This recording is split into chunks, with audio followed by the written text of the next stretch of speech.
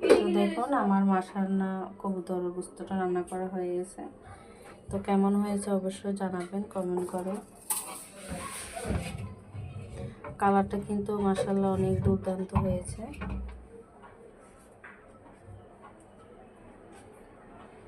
তো রান্নাটা কেমন হয়েছে অবশ্যই কমেন্ট করে জানাবেন।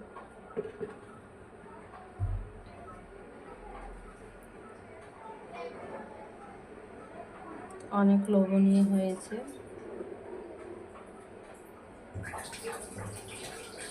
খেতে কিন্তু অনেক টেস্ট হবে। আসসালামু আলাইকুম এভরিওয়ান, আমি আজকে কবুতরের মাংস রান্না করব, মানে গোশত। তার জন্য এখানে আমি একটা কবুতর নিয়ে নিয়েছি।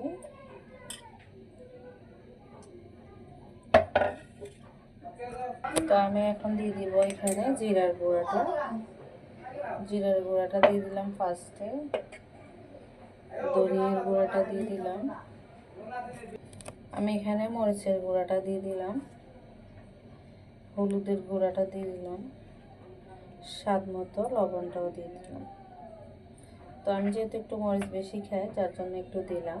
তার সাথে আমার ঘরে বানানো যে জিরা মশলাটা আছে, এখানে প্রায় 20টা আইটেম আছে মশলা। সব কিছু দিয়ে সুন্দর করে এখন মশলাটাকে দিয়ে মাখিয়ে নেব। তার সাথে এখানে আমি এখন তেলটা দিব।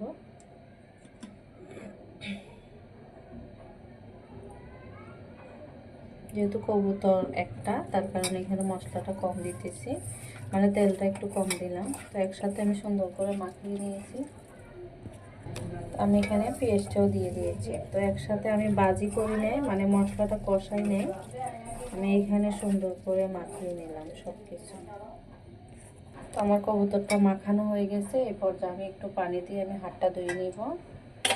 তো এই হাত ধোয়া পানিটা একটু আমি এখানে ব্যবহার করব, তাছাড়া এখানে আমি আর তেমন একটা পানি ব্যবহার করব না।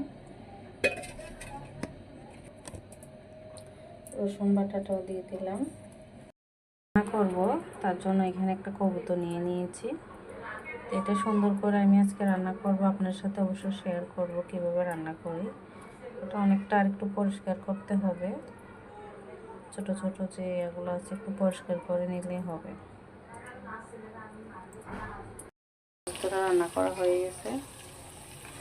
ভালো লাগলে অবশ্যই লাইক কমেন্ট করবেন, আমার পাশে থাকবেন। সবাইকে অনেক অনেক ধন্যবাদ।